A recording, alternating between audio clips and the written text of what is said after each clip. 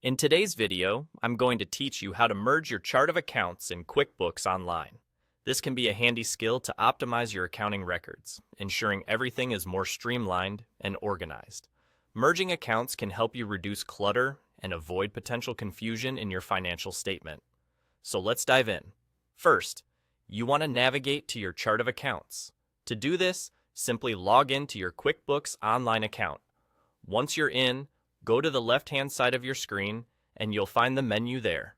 Look for Accounting, and under that, you'll see the option for Chart of Accounts. Click on it, and you'll be brought directly to where you want to be. Now that you're on the Chart of Accounts page, it's time to pinpoint the accounts you need to merge. Scroll through your list carefully and identify the two accounts you wish to consolidate. It's critical to ensure that the accounts you're merging pertain to the same account type and have similar properties, as this will help maintain consistency and accuracy within your financial data. Once you've identified the accounts, select the one you wish to edit. Beside it, you'll notice a drop-down menu or an edit option. Click on Edit to bring up the details of that specific account. Here's where the merging magic happens. In the Edit screen, you will see the account name. You're going to change this name to match exactly the name of the second account you want to merge it with. Make sure to type in the exact name. Capital letters, spaces, and all. Accuracy here is vital because entering the name incorrectly will prevent the merge from being successful. After updating the name, you'll want to proceed by clicking on the Save button.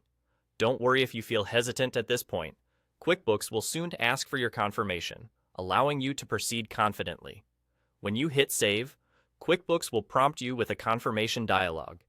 This important step is a safety feature that ensures you're ready to merge these accounts.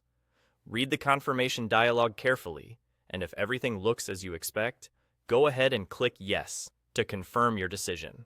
And just like that, you've successfully merged your accounts.